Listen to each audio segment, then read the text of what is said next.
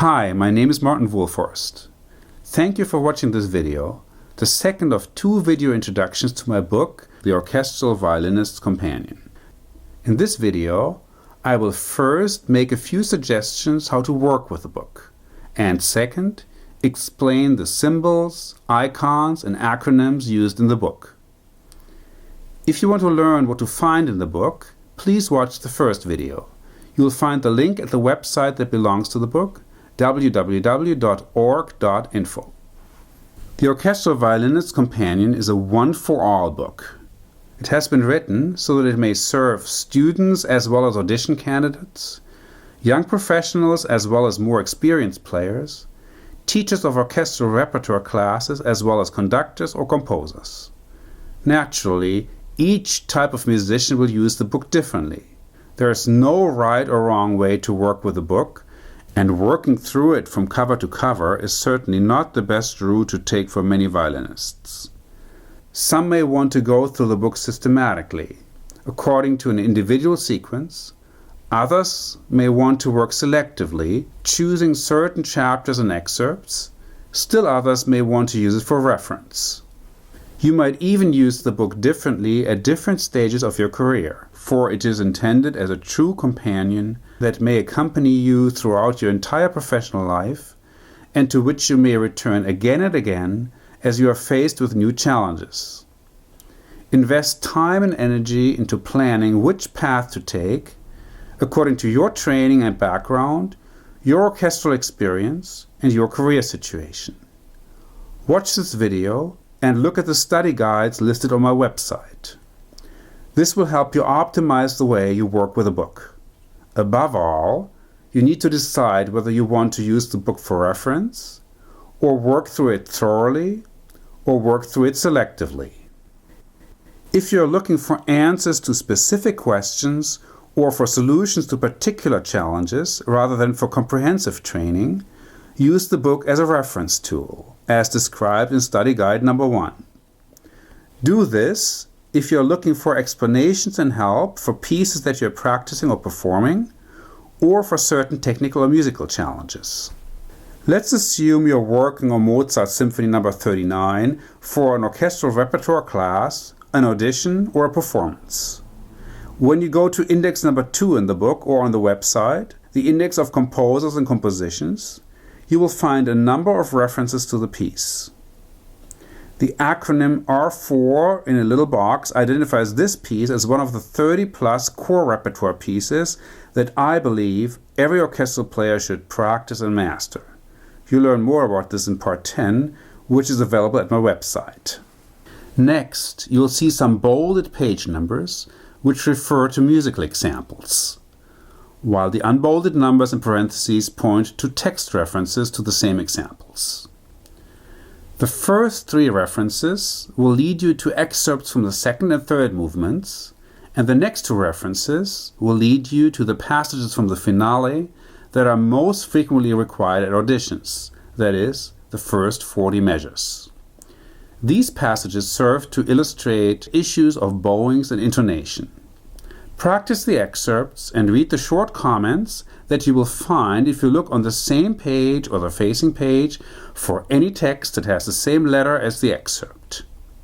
Now let's assume that you want to look up a playing technique rather than a piece. For instance, you might play the Tannhäuser Overture or Schumann's Third Symphony, and you might want to practice a few additional excerpts that involve fast pitch repetitions and tremolo. Simply look under Repetition and Tremolo in index number 1. Or, if you're not sure what to call the little slashes going through the stems or sitting in between notes, just look at the list of symbols at the beginning of the first index on page 454. This will refer you to the correct pages. The references in the index under the keywords Repetition and Tremolo will send you to 2 chapters in part 5 that are entirely devoted to the 2 techniques. Here you will find plenty of exercises, excerpts, and technical explanations. Additionally, the index includes references to a chapter in part 9 that is devoted to notation and performance practice. Here you will find a detailed explanation of the notational symbols used in various scores for repetitions and tremolo, and some comments about performance practice questions that arise at many rehearsals. When do we perform the notes with 3 slashes in Verdi or Debussy as 30 seconds? That is, measured or misurato. And when do we play tremolo? How should we modify certain patterns, for instance, tied repetitions or tied tremolo? Let's look at one last example for using the book as a reference tool. Perhaps you find a particular bowing pattern challenging and want to practice it systematically. For instance, you might play a piece that features a lot of 16th note patterns with 3 notes slurred and 1 note separate, such as Mendelssohn's Scottish Symphony. Turn to the chart of bowing patterns in index number 1 and look for this pattern. The reference will lead you to page 187 and 188. Here you will find a number of exercises and excerpts that allow you to practice the pattern. Using the book for reference as described is very helpful in many situations that you will face as an orchestral violinist. What you will not be able to look up in the book, however, are translations of Italian, German, and French terms, expressions, and abbreviations found in orchestral parts. If you're playing, for instance, Debussy's Iberia and don't know what un peu plus allant or serrant means, please turn to my String Player's Dictionary, available on my website. Now let me make a few suggestions for those violinists who don't want to use the book for reference, but who want to work through it thoroughly or selectively. I should emphasize again that there is no ideal way to do this. Every musician needs to determine the best path for himself or herself. Follow the recommendations in the rest of this video, look at the study guides on my website, and, after a thorough self-assessment, determine which of the various paths suggested in this video suits you best. Some musicians will say, I want to start playing right away. I want to read as little as possible. Perhaps they don't wish to read long explanations before they begin to practice exercise and excerpts, or they might not have enough time to read, or their limited command of English might make their reading very slow.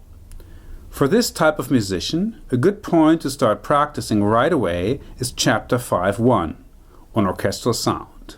As described in study guide number 2, play through all or some of the excerpts and exercises. And if you feel occasionally that you might want to read an explanation, look on the same or facing page for text that has the same letter as an excerpt. But even without ever reading any of the comments, you will develop your orchestral skills quite effectively if you work in this manner through parts 5 to 8.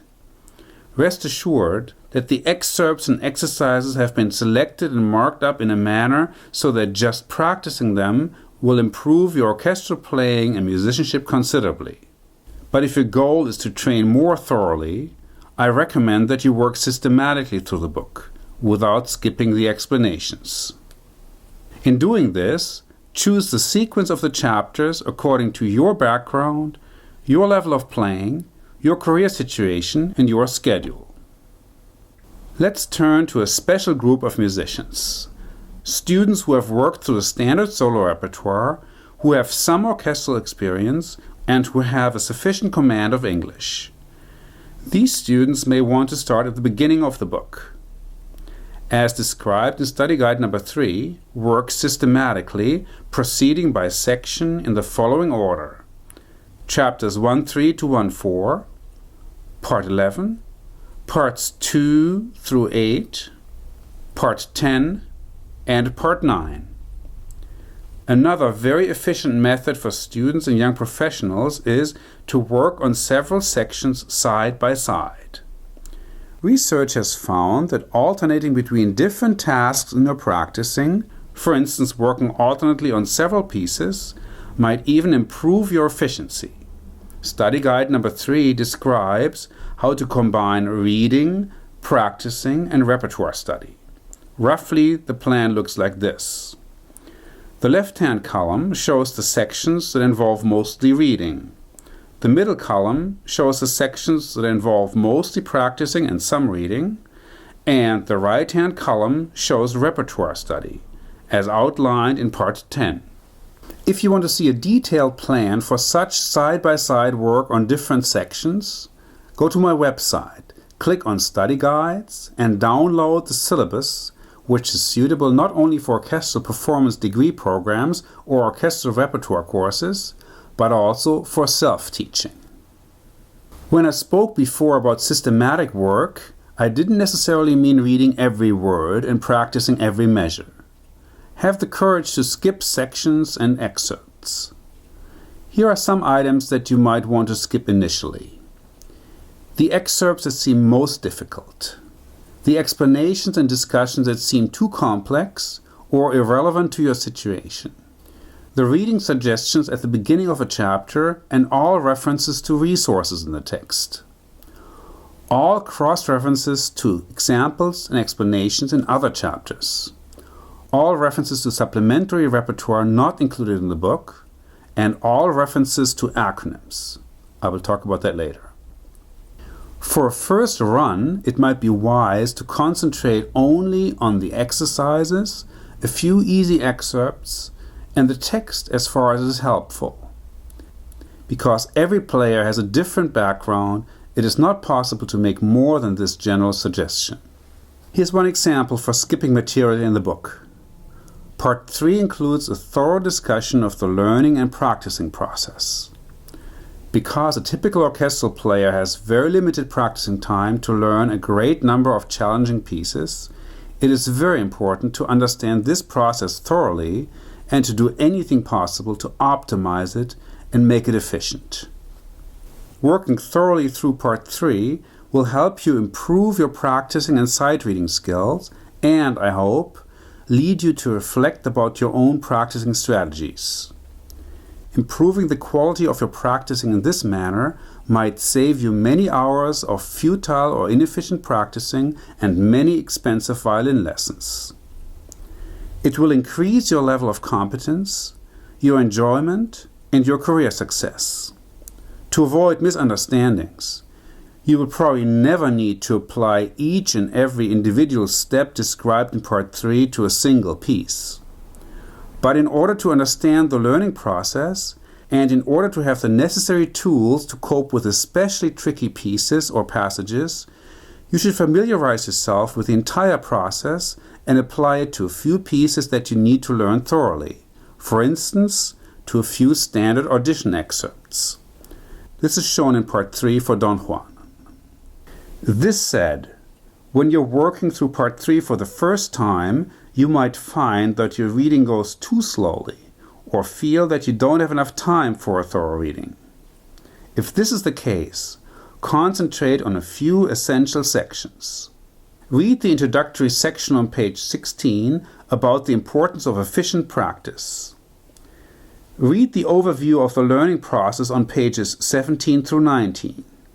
Study the chart on pages 18 and 19, print out the download found at www.org.info, and keep it at hand.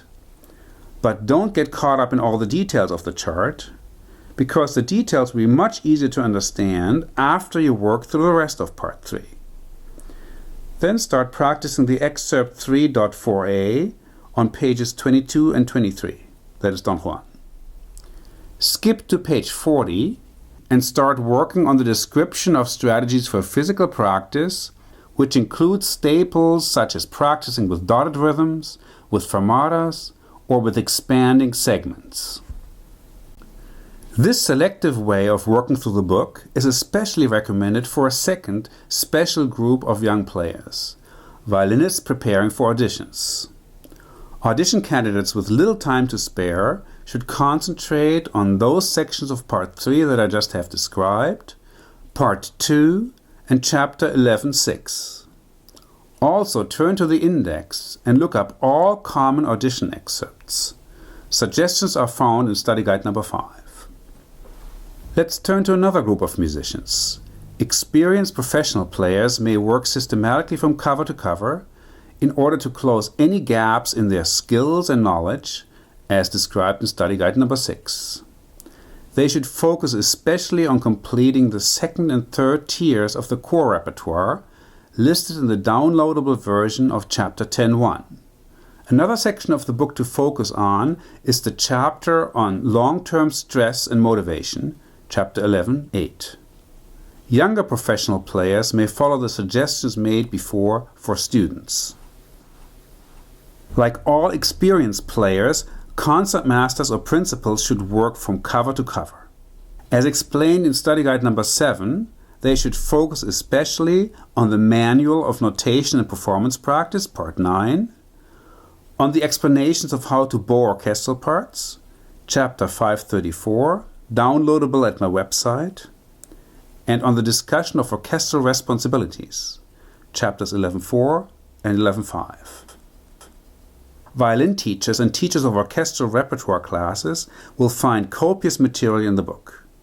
The downloadable syllabus provides a detailed outline for a course in orchestral performance.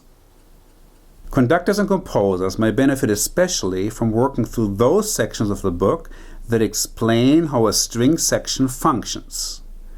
As described in study guides numbers 9 and 10, turn to the general discussions of sound production, articulation, and strokes in Part 5, and the general discussions of notation and performance practice in Part 9, including the 2 chapters on the website. For conductors, Part 3 and Chapter 11.7 might be particularly interesting. No matter into which group of musicians you place yourself and which path of work you choose, it helps to know a few things about the format of the book, the abbreviations and icons used. The format in which the excerpts are presented is largely self-explanatory. Still, if you want to understand the system of fingerings, bowings, cues, etc. that is used in the book, you might want to take a closer look at pages Roman 20 to 21. Let's go briefly through the features that are most important to understand. Turn to a typical chapter, for instance, the chapter on lifted strokes that starts on page 128. As you see, all excerpts are identified by means of letters in little boxes. The exercises that you find in addition to the excerpts are identified by means of letters in little hexagons. In order to avoid confusion, each letter is included only once in each chapter. There will be only one letter A, one letter B, and so forth, no matter whether the examples are excerpts or exercises. The letters run from A to Z and then from double A to double Z. Every time you see a letter in a little box or hexagon in the text, the reference is to an excerpt or exercise in the same chapter. References to examples in other chapters always include the chapter number. For instance, look at the same page that was just shown and go to the little introductory section with references. You see EX 5.5 W to Y. In order to find these examples, turn to chapter 5.5 and locate examples W through Y. Exercises are treated the same way. In the chapter on lifted strokes that we just looked at, for instance, exercise A has the reference EX 4.10A. Go to chapter 4.10 and look for exercise A. You'll see a first position scale. The reference means that in chapter 5.14 you play the same scale and apply the lifted stroke explained here. Of course, you can use any other scale for the same purpose. The first position scale 4.10A, by the way, is referred to many times in the book and is included in the duplicate downloads on the website. If you print it out and keep it next to the book, you can avoid flipping pages. All this may seem a bit complicated at first, but when you work with the book, you'll get used to it very quickly. A few more words about the format of the excerpts. In order not to crowd them with unnecessary information, I have used short titles for all compositions. In the chapter on lifted strokes that we just looked at, for instance, you see an excerpt marked Verdi Forza. Many musicians will figure out right away what piece is meant, But if you're not sure, just look up Verdi in the Index of Compositions and Composers at the end of the second volume, which is index number 2, and you will find in the alphabetical list of Verdi's works the full original title of the opera, La Forza del Destino, with an English translation, The Power of Destiny. By the way, when you look up work titles in the alphabetical list, be sure to leave out the article. La Forza, for instance, is alphabetized under F. Let's return to our Verdi example. You will notice 2 numbers after the short title of the opera. Roman 3 means third act, Arabic 9 means scene or number 9. You'll find similar numbers for instrumental works. Here the excerpt is taken from the first movement of Beethoven's 4th Symphony. The exact starting point of any excerpt is indicated by means of a measure number, always given in italics so it cannot be confused with the fingering, or in pieces that lack measure numbers by means of a rehearsal number or letter. Here, A plus 5 means the 5th measure after letter A. A short remark for those players who are concerned about playing the Urtext, that is, the composer's original version of a piece. It is important to know that everything I have added is clearly set apart visually. My additions are shown with dotted slurs, or with different fonts for dynamic signs, or with different fonts for performance suggestions, or with brackets for added metronome markings, and so forth. Again, all this is shown in detail on pages Roman 20 and 21. Let's turn to fingerings and bowings. Fingerings are always printed above the staff, but quite a few excerpts have 2 sets of fingerings, one above and one below the staff. The fingerings above the staff are often simpler and favor lower positions, just like the fingerings that you would choose if you were sight reading a piece or had limited time to learn it.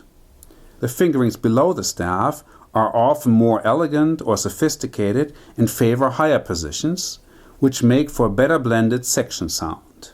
You can easily figure out where the second set of fingerings ends and where you continue with the fingerings above the staff. Similarly, you will find 2 sets of bowings in many excerpts. The 2 bowings reflect different tastes or have different advantages or disadvantages. Practicing both sets of bowings will improve your flexibility. For easier reference, sometimes each set of bowings is treated as its own excerpt with its own identifying letter, here Y and Z. Where the 2 sets of bowings, above and below the staff, indicate divisi bowing to be split among stand partners, this is clearly indicated. Bow division is crucial to high-quality orchestral playing, and in many examples you will find bow division instructions. Some are standard, such as heel, middle, or point. For retaking, I have designed little symbols with arrows, similarly also for lifting. Where very specific instructions are needed, more specific than saying lower half or point, I use little icons that indicate what I call bow points. Once you understand the principle, they are very simple and helpful. I have divided the bow into short segments using 8 bow points. In the beginning, it might be helpful to mark these points on your bow. To do this, go to the chart on page Roman 22 in the beginning of the book, put your bow next to the bow picture or ruler, and use a piece of chalk to mark the bow points on your bow. By using these points, you'll be able to determine more precisely which part of the bow and how much bow to use for each stroke. Let's return to our example. The note in the end of the excerpt is to be played from bow point 6 to bow point 8, that is, in the upper quarter of the bow. This is very important here because if you start in the lower half and use too much bow, the note will be easily too loud or stick out. Again, all such instructions are only intended to be helpful. Follow them if you are practicing excerpts thoroughly and want to learn the principles behind good bow division. Otherwise, just ignore them. Let's talk about one last aspect of the book's format: references and cross-references. Because many of the complex issues are relevant in several different contexts of the book, I've decided to insert cross-references into the little blurbs at the beginning of a chapter and within the chapters. I felt this was more helpful than relying on the player to turn to the index continuously. In the chapter on the technical performance of harmonics, for instance, it is important for the player to know that all explanations of the notation and physics of harmonics can be found in chapter 9-10. But if you don't want to be sidetracked and don't want to interrupt the flow of your work, especially when you work through the chapter for the first time, just ignore such cross-references. Finally, if necessary, also ignore the numerous references to a large variety of resources: articles, books, scores, recordings, computer software, and equipment. Such references are intended mainly for in-depth study. They give you access to an amazing wealth of knowledge and advice. Many of the scores, books, and articles cited are even in the public domain. That is, they are copyright-free and are available for free download on the internet. This information is found in Part 12 on my website. A short comment about the format of the references to resources. In order to avoid footnotes and to keep the text as sleek as possible, I've used little icons and short titles. The icons are self-explanatory. An eighth note symbol refers to scores. A little book symbol refers to books and articles. A magazine icon with P refers to periodicals, journals, and magazines. A little globe refers to internet material, both material on the book website and material on other websites. The added $sign refers to paid downloads. A little disc icon refers to CDs and other audio recordings. A little DVD icon refers to DVDs and other video recordings. A little monitor icon refers to computer software. Generally, the references include, in addition to the icon, the author's last name, a date, and where applicable, a page number. If you want to see the full title and details of an item, turn to the appropriate section in Part 12, which is organized according to type of resource. You will find scores first, then periodicals, articles and books, and so forth. Just look for the appropriate icon in the header.